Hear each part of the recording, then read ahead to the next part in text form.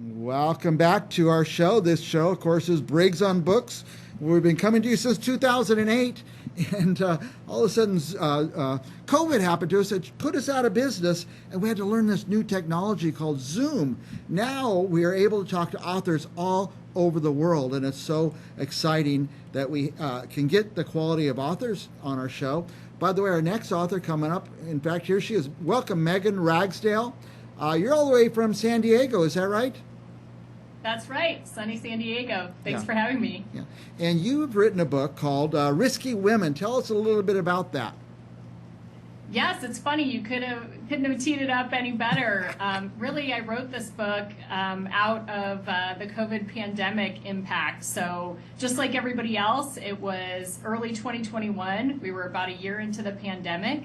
And I was leading a 500-person retail organization. I had 2 young girls in Zoom school, and I was reading about just the absolute burnout and overwork and women leaving the workforce en masse, sometimes because of their roles being forced out of the workforce, and sometimes because they had to choose between working and caring for somebody in their family or their community. And I was feeling the same kind of burnout that I was reading about. And I started to think about risk and about how everybody was talking about risk at that particular time. And in all of my coaching of senior executives and founders and CEOs, I was thinking about, wow, this pandemic is setting women's progress in the workplace back about 150 years, according to some estimates. Wow. How are we actually going to take this huge leap and catch up? And that was really the impetus for the book. Wow. Now, it's interesting you did it during COVID, and so many people who had the chance to do something creative during COVID did not, so I'm glad you did. So is your coaching, is it mostly coaching women?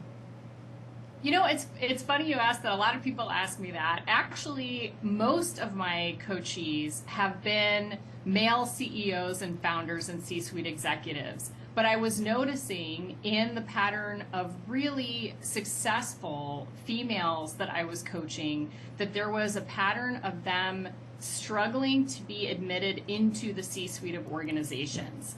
And when I started digging into that a little bit deeper, I started seeing that the organization's reasons for not giving them that path to promotion, even though they had earned it, was just unfair. And I felt like these coachees were not necessarily being set up for success or being given permission or giving themselves permission, more importantly, to leave when they weren't being valued or appreciated. And it's my belief that in order to really find a true path to equity in the new workplace paradigm, more women need to start their own businesses so that we can create the kind of working environment that does encourage and allow that level of success in traditional business settings. They don't need to wait around for a man to promote them. They should be starting their own businesses. Is that what your book is about, Risky Women? Yeah, so my book, it's funny, I've had a lot of former male clients that I've had, and also people that know me tell me, hey, you kind of mistitled this book. It should have just been called, How to Take More Risks. But the reason why I wrote the book called Risky Women, and this is it here, it's available on Amazon, is because I wanted to honor the unique journey and the unique stories that bring women to this particular point in their career. Typically when they interact with me, they're in a mid-career or senior level career in their journey. And I think how we are raised as individuals really has an impact on how we're socialized. And we bring all of those things into the workforce and into our careers.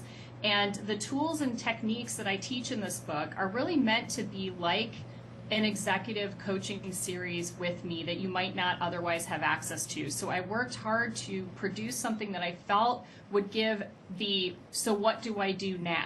Like, what are the next steps? What are some actual tangible exercises that I can use, whether my problem is that I don't know how to get off the starting blocks, whether the problem is I'm feeling burnt out and I don't know the next thing to do, or I don't even know what I want to do next, but I know that I don't want to do it here. So I've got sort of an array of different exercises and techniques to teach people how to get more toward a career that would really bring them true personal fulfillment. And these tools are applicable to everybody, no matter how you identify. But again, I do think that some of the circumstances that women find themselves in today's workforce could be quite different than some of their male counterparts. Yeah. Yes. Now, so the book, men or women could get a lot out of this book. I absolutely think so. I do. I will say, you know, I love working with men. I really enjoy working with my male clients. I think they bring a really unique and interesting perspective as well. And I also think that men absolutely have to be part of the solution of creating a more inclusive and diverse and equitable workplace for everybody. Now, in your coaching, I know we've covered it a little bit. At what point should somebody be calling you? They've got a business, they've been around for years. At what point should they be calling you? That's actually a great question. I don't know that anybody's ever asked me that before. Let me start by telling you, if you're an individual or especially an organization, the wrong time to call in a coach, because I feel like I see that a lot. When you call in a coach to come in and correct behaviors of somebody, you're really kind of too late at that point. Or oftentimes people come in and they want me to coach what would be considered something vague like executive presence. When I actually get involved in the organization, what I tend to find is that the organization maybe isn't ready for the naked ambition of that woman leader and her coming into her style and showing what may be stereotypical male attributes in her leadership style. So what I mean by that is maybe she is forceful with her point of view. Maybe she's not afraid to have a voice. Maybe she's very aggressive in how she wants to pursue a goal. Those are not things that the workplace is necessarily used to seeing from women, and I think sometimes can really hurt us in an unfair way. So what I try and do is really make sure that an organization, whether that's your organization or one that you're working in, is really going to actually provide support to the person who's being coached, because what it should be is a way to invest in your top talent. So if there's somebody who's already doing an incredible job and you know that they can go further and really increase their contribution to an organization, or if you're a founder and you've got the basics down, but now you actually want to scale your business for growth or investment, that's a great time to bring in a coach, especially if you're trying to build a team around you. Coaching can really provide some unique insight into some of your blind spots, but it's also a really great way to get you to think in unique and different ways that you're going to need to do as a founder growing a business. I always feel like sometimes you're in business and you got all these people working for you, you're doing all this stuff. Sometimes you can't see the forest for the trees. And it's great to bring in some outside eyes just to take a look at what you're doing.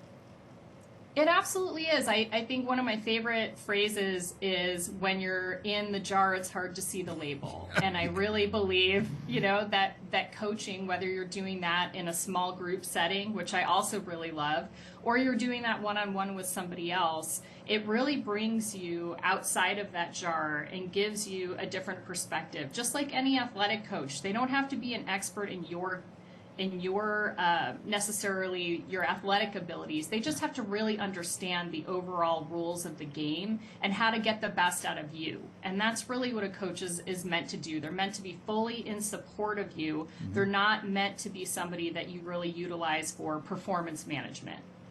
Now, let's go back to the book for a minute, The Risky Women. Women. I guess women. Maybe that's some place for people to start, and there's some exercises in there that maybe they could do to, rather than calling a coach right away, maybe work through some things on their own?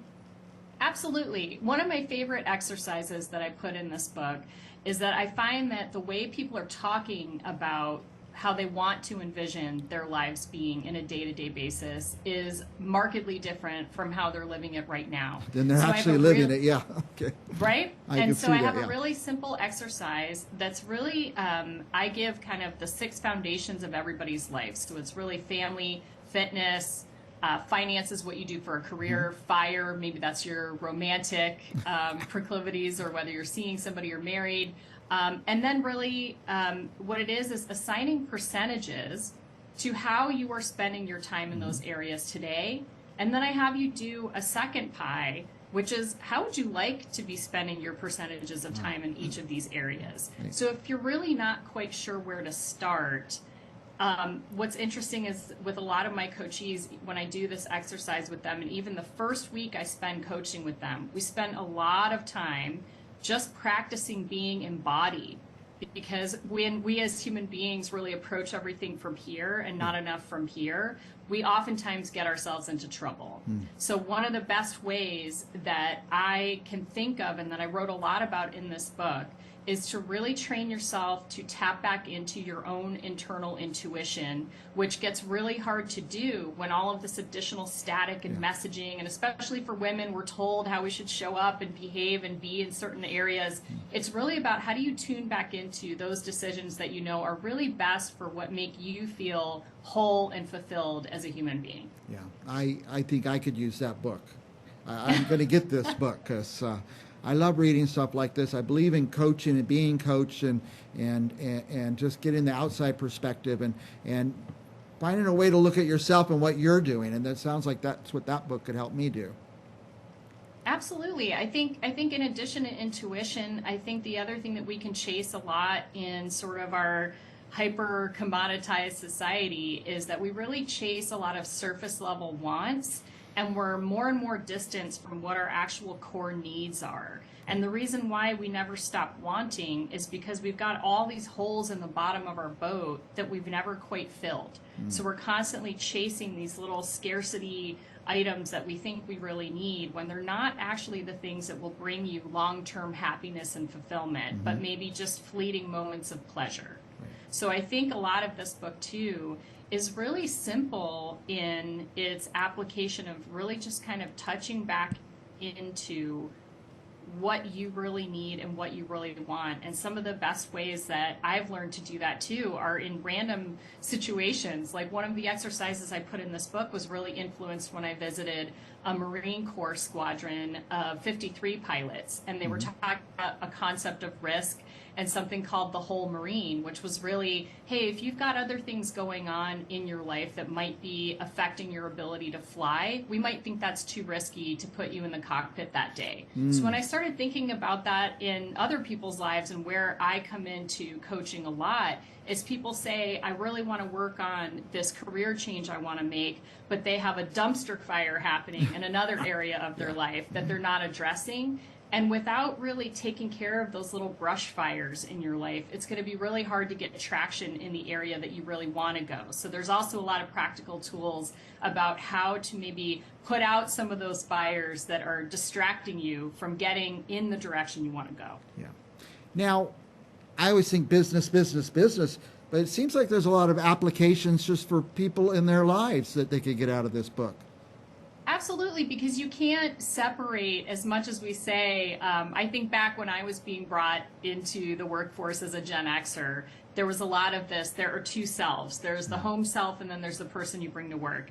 I think the past, more recent generations are doing a better job of recognizing, no, we're human beings, and whatever happens at home is showing up in work, et cetera, et cetera.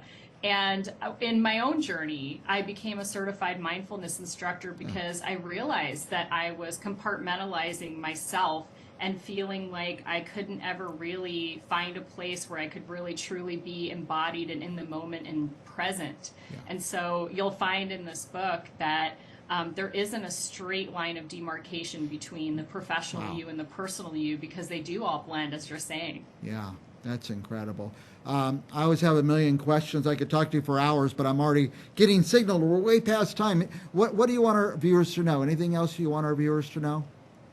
Yes, what I want your viewers to know is that there is a way to actually get traction where you don't need to wait on anybody else to tell you that you're ready to start making these moves. And my goal with this book, and you can find it on Amazon, I also put a free PDF that's a truncated version of this book on my website, riskyinc.com, that'll help you work through these steps and get you started today if you really feel like you want to get some traction in your career life and in the direction that you want to go. And I would just say you have agency no matter how badly you feel like you're suffering from just microaggressions or the weight of the world on your shoulders. And I really want to encourage people to get back in that driver's seat. Nice. And by the way, you can't see what's on our screen, Megan, but it says Megan Ragsdale, founder, Risky Inc., author of Risky Women, executive coach and business consultant. And we have your website up there, riskyinc.com. And every few minutes we switch over to another slide that also adds your Instagram, The Risky Woman.